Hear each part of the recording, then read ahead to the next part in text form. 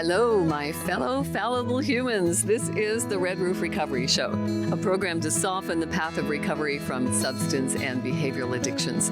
First, I want to take a moment to thank my friend and mentor, Russell Allen Scott, for writing this beautiful piece of music for the show. It's called Greatest Bravery. Well, he didn't write it for the show. He gifted it to me to use for the show. And it's a perfect theme for this show, too. It has certainly taken great bravery to live with mental health disorders like addiction, and it took me a very long time to be willing to talk publicly about those afflictions. My name is Tanya McIntyre, and I'm here with you every week to share my experience around my own recovery from drugs and alcohol. Red Roof Recovery uses a variety of therapy tools to customize addiction recovery with evidence-based solutions, the latest scientific findings, inclusion, and non-judgment. I created Red Roof Recovery to provide not only a unique program for residential recovery, but to also develop a relapse prevention program. And these are all programs that are based on the principles of CBT, cognitive behavior therapy, along with various other tools of therapy. There are hundreds of tools available to help you in your recovery from addictions and other mental health disorders. The key is to find whatever works for you. When you find something that clicks for you, you want to grab onto that and then do more of it, assuming that it's something good for you, of course. And I've found a number of things that I continue to do on a daily basis to maintain my abstinence from harmful substances and behaviors. And something other than cognitive behavior therapy that has helped me is mentorship. I'm very fortunate to have a lot of valuable mentorship in my life, including my best friend, my life partner, my husband of over 30 years, Lance. Hello, my love. Hello, my darling. Thank you so much for being here again. I jokingly said I want you to be a regular because when you're here, I have time to have a sip of my water. So if you have listened to the last episode of Red Roof Recovery, when Lance was here with me as well, he had just made the decision to retire sooner than later. And he did that. He was working in Toronto, and I was living in Godridge, Canada's prettiest town. So when you would leave on Monday morning to go back to the Big Smoke, as we call Toronto here in Canada, you would leave at around 11 in the morning. And I really grew to hate Mondays, and it was a horrible way to live because you were living all week in a dark, dreary basement apartment, being alone all week, and then going to a job you hated as well. So we did a lot of cost-benefit analyses around that. Every weekend when he was home, I'd say, honey, you want to take another look at maybe the risks and rewards of retiring sooner than later. And when, where are we now? We're April of 2022. You're 63. You're going to be 64 in November. And so, yeah, you wanted to hang on until 65 to get the full pension, but we did a cost-benefit analysis around what that looked like. What was it costing you in mental health? And of course, your mental health is directly linked to your physical health. If one is not going well, the other one is going to be affected. In fact, I think we should stop distinguishing between the two because they are directly connected. And, you know, of course, everybody is fearful around financial insecurities, and that's where you got stuck on the cost-benefit analysis. Yeah, that was my biggest fear. I really wanted to retire. As you say, I didn't like the corporate life. I didn't like living by myself all week and coming home and rushing around the weekend and leaving again. You say sit in a basement. I sat in a basement while working. I hardly ever saw the sunlight. It just wasn't. But the fact that, you know, we've started over a couple of times in our married life. And when you're younger, it's no problem. But when you're heading towards retirement age, it's a bit more scary. So yeah, the cost-benefit analysis was always the financial. But then there were a couple of episodes where I thought that little light at the end of the tunnel has now become like a flashlight, and then one of my friends passed away, who was actually the same age as you, a few years younger than me. And I thought, and that skewed the cost-benefit analysis into, well, if I don't do it now, I maybe never get to do it. But there was still the financial fear. Absolutely. So let's talk about that fear. There's an acronym for fear: false evidence appearing real. And as you said, we have started over several times. We were wiped out twice. We've lived through 2 recessions. We first got married in 91, but that was the recession of the 90s. And then again in 2008. So we have rebounded from that, not certainly not fully. And you're right. I mean, you know, my philosopher dad, who I talk about and wrote a book, 2 books now in his honor, he always used to say that life is like a roll of toilet paper. The closer it gets to the end, the faster it goes. And, you know, now that I've reached my 60s, I love this time of life. It's fantastic. However, when I reflect on the last 20 years, it's like a blink of an eye. That scares the bejeebers out of me in many ways, because life expectancy now for women is only early 80s. So, you know, I've got maybe 20 years, hopefully, left. Well, if that's the case, you're outliving me. Before I shuffle off the mortal coil. So that, you're right, that does bring everything into perspective in good ways and bad ways. That the little pinhole, when you're looking down that tunnel of life, has now become a spotlight. Yeah, but during that cost-benefit analysis, which is very useful because it makes you think in a positive way, because you're writing everything down, you can actually see it. You can actually, you know, and it's there physically, and you can look and you can ruminate on it. But part of that fear of the financial side of it for me was that your father and my mother and father got to a certain age and they run out of money.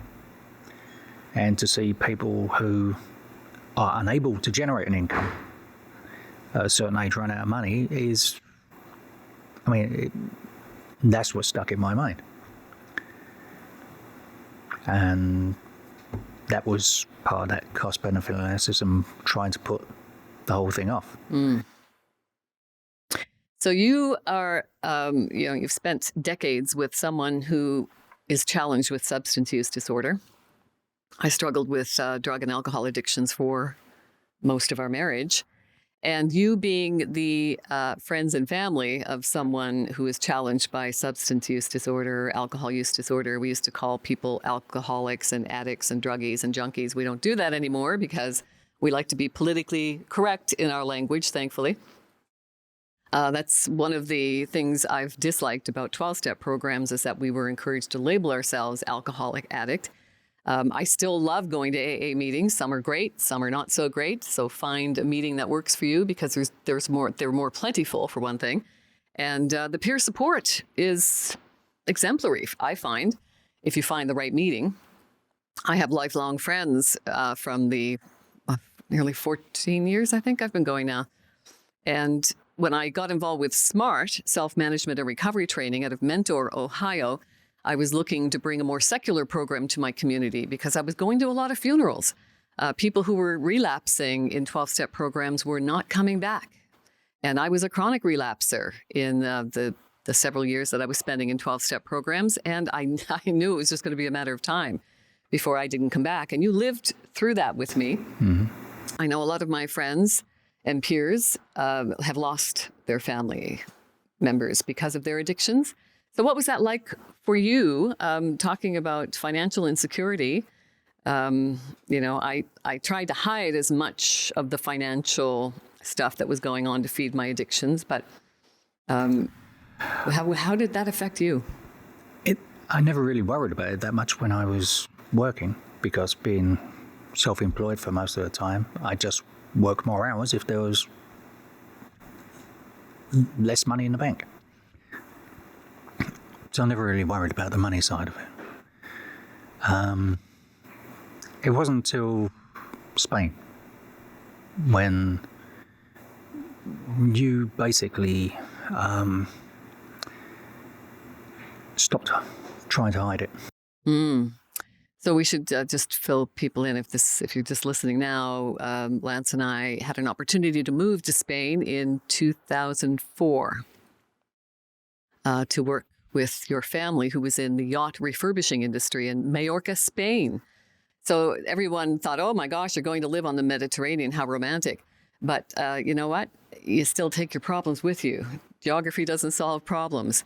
And when I arrived in Spain to find that my two favorite things, wine and brandy, were cheaper than water. Not a good place for me to be. But what was helpful around that is that it helped me spiral downward very, very quickly. Yeah. Yeah. And then you made the phone calls and went into rehab, and I thought, this is great, because even though you were hiding it quite well, I could see, even with the hiding, I could see a progressive spiral downwards. And I always remember when you went away for the month and I went to Seville to pick you up and you came out, I literally thought, I've got my wife back. And it was great.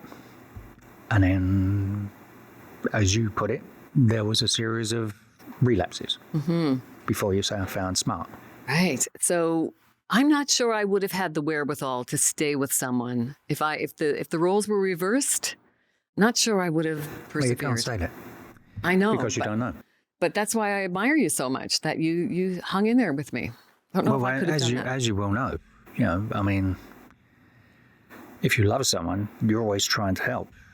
And it wasn't till about 6 years ago, I think, where you were having your last relapse. And I tried and tried and tried. And I realized that there was nothing I could do. And I encouraged you to give up because I didn't know if I could do it anymore. It's very hard to see someone slowly killing themselves.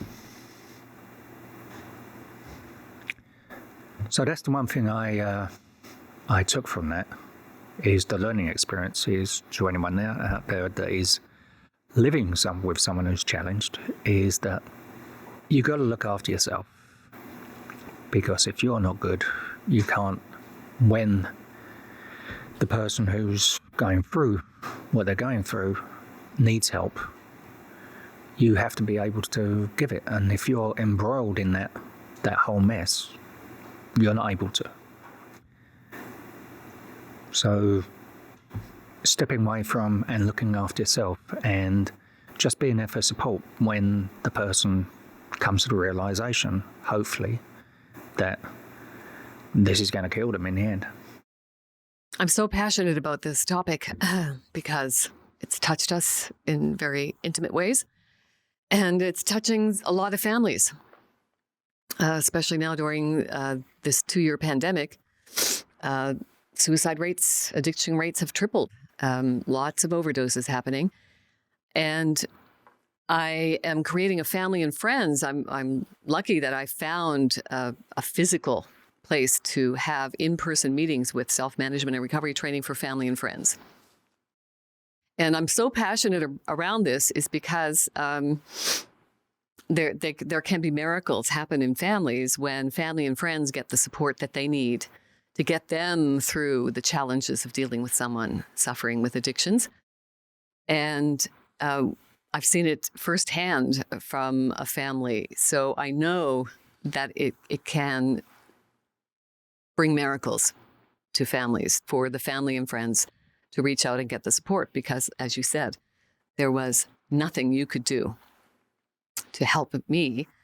And the airplane analogy comes into play there. Very much so, yeah. And it's not selfish. It is self-care. When you're traveling in that metal tube and the cabin pressure changes during the flight, and if the oxygen mask falls down from the ceiling, we are instructed that the mask has to go on yourself first before you can save anybody else. And that's the message with family and friends meetings from self-management and recovery training, is that you need to put the mask on yourself first. You need to help yourself first. And a lot of people have a difficult time doing that. It's extremely difficult. I mean, when we did the friends and family pre-COVID, and we had people come in, and the first question is like, I'm doing something wrong. I can't help this person. It's all about the person without the problem trying to sort out the problem for the person with the problem. And you can't do it. And that's what people have to realize. I mean, I think everyone in the situation that I found myself in would do the same thing. You beat yourself up. Like, you ask, why is this person doing this? Am I not treating them right? Am I not loving them enough? Why can't I help? These are all questions that you ask yourself. And you have to come to the realization that you don't have a problem. Your partner, your friend, your loved one, they have the problem. And the only thing you can do is be a comfy place for them to fall when they need help. So what and was look that, after yourself. Yeah, what was that catalyst? What invoked that change for you? It was when we were in Rotan, and you'd had a little bit to drink, and I think it's been pointed out a few times that when you were drinking, you had quite a sharp tongue. Mm-hmm. And I was walking. You'd gone back to the room, and I was walking down to the seafront with a couple of your sister's old acquaintances that knew you from years before, and they'd seen you sober and thought you were great. And then they said to me, "There's the Tanya we remember."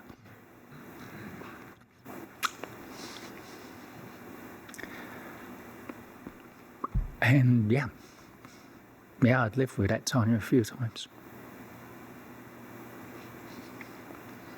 We often talk in recovery circles about the dopamine reward axis and how different drugs, substances kind of peak those levels of dopamine more than others. And things like pot and alcohol, that can get you up in the range of the high hundreds, whereas normally we range with between 40 and 100. I think it's deciliters, nanograms per deciliter or something. So that whole dopamine reward axis is, I think, paramount in recovery, when realizing that how we change when we're spiking those dopamine. Like when you say that my whole demeanor changed, I didn't recognize it. I was feeding myself drugs and alcohol to self-medicate anxiety, depression, other deep emotions that I wasn't prepared to deal with, other than just trying to make them go away with drugs and alcohol, not deal with them. Not fully understanding how that dopamine reward axis and accepting, because I had been indoctrinated with 12-step programs in my recovery. So the self-flagellation, the shame-based recovery was really big.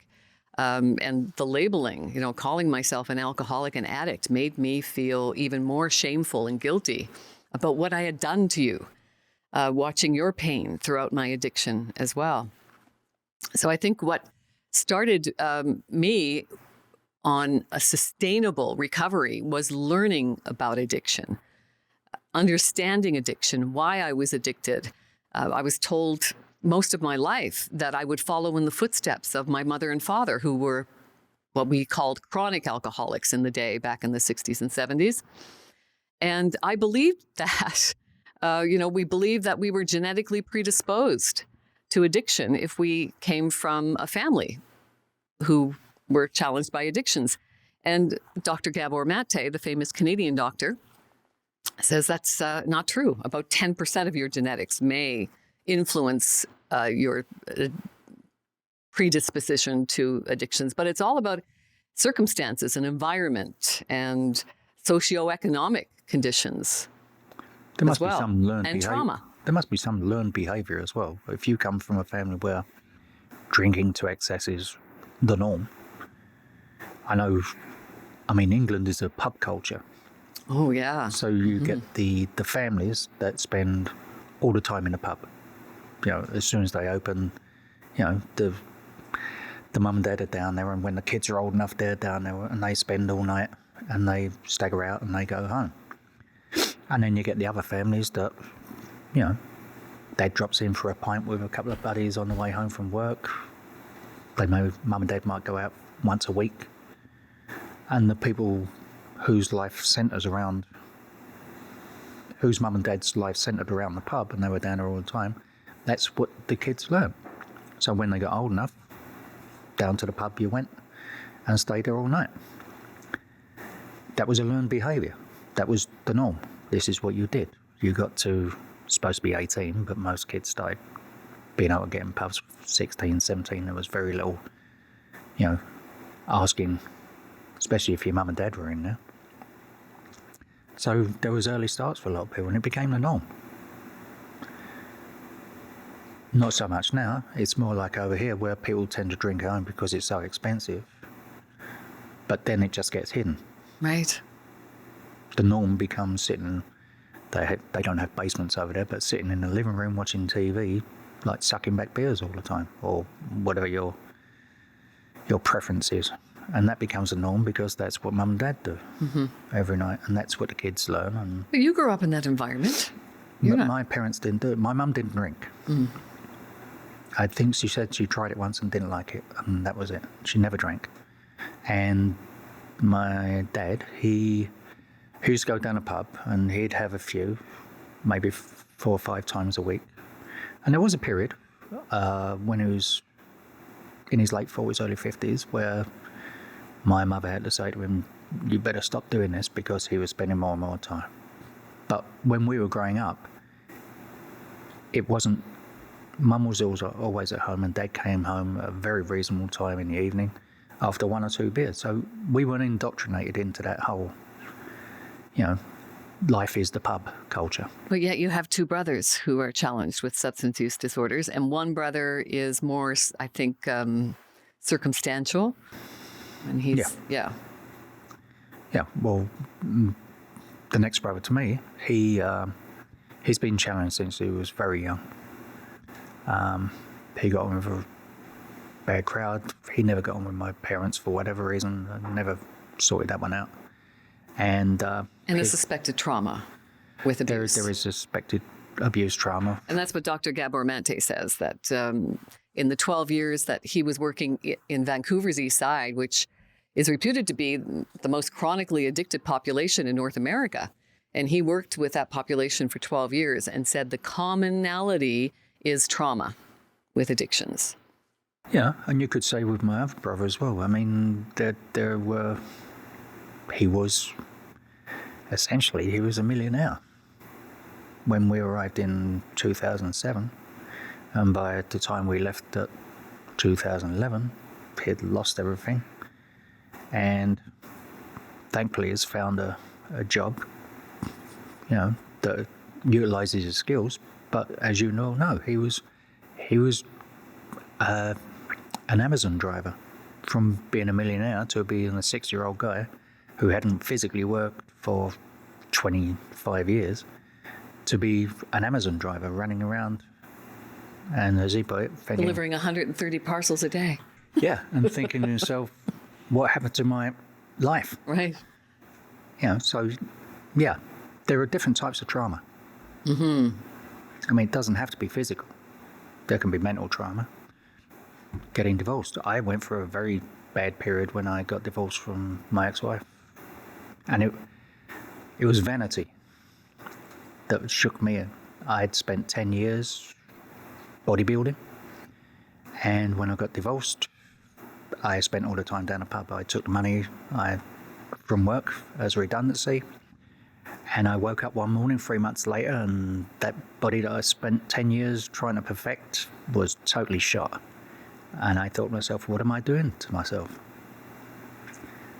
So I quite easily could have staggered down that path. But I was too vain.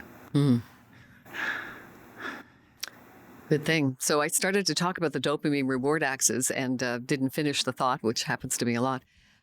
So when we talk about people who are into the heavier stuff like heroin and meth, then you get your dopamine levels spiking over 1,000, like 1,100, 1,200, where our normal levels are between 40 and 100.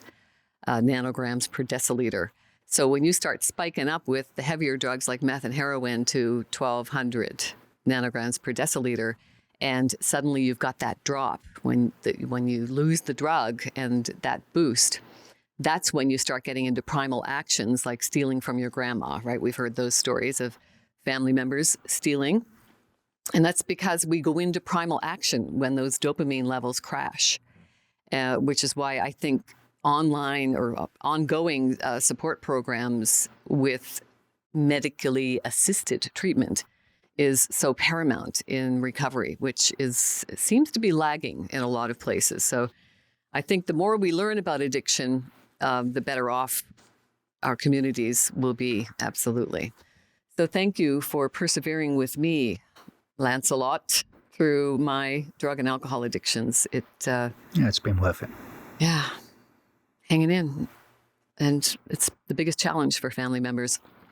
So I'm thrilled to have a SMART, self-management and recovery training, family and friends in-person meeting every Sunday from 12 to 1 o'clock at the St. Vincent de Paul thrift shop in Canada's prettiest town of Goderich, Ontario. So you can find meetings near you on the Smart Recovery website, smartrecovery.org. And I highly recommend you do that. Thank you so much for being here. Thank you for listening. You are an integral part of my recovery path. And it means everything that you hang out with me for 30 minutes a week. Thank you. If you think that you or someone you know might be a good candidate for my unique residential recovery program, please reach out to me at redroofrecovery@gmail.com. If you'd like to be a guest on the show, I'd love to hear from you as well. I've written a couple of books, both available on Amazon.ca and also at Fincher's in the Square in Goderich, Ontario. Mindful wisdom from my philosopher dad, sage advice from a single father, in honor of my father who brought me up as a single dad in the 60s and 70s while struggling with his own addictions. He was a fabulous man and deserves a legacy of greatness. My second book is called Daily Wisdom from My Philosopher Dad. I wrote this one when we were first in the pandemic to maintain my own sanity. And this is more of a daily journal. I've set this up with inspirational messages every day that came from my philosopher dad, along with a lot of other wisdom, my own life experiences as well, and some timeless wisdom that has been passed to me from countless mentors in my life. So my hope is that you not only buy my books, but you also take a few minutes on this daily wisdom from my philosopher dad book, some inspiration to guide your days. Because when you take some time to reflect on these inspirational messages and then write your thoughts and intentions for the day, there is something magical that happens. I mean, the power of words is very powerful. The power of the written word is miraculous and can be life transformational. At least it has been for me. Remember, there is great power in knowing that the only thing we can control in our lives is ourselves. And it's worth the effort to do the work.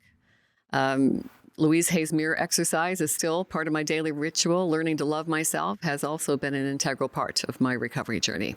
Remember to talk to yourself like you talk to your best friend. I love you. You're worth it. May the force be with you. And remember, you, yes, you are the force. Thank you.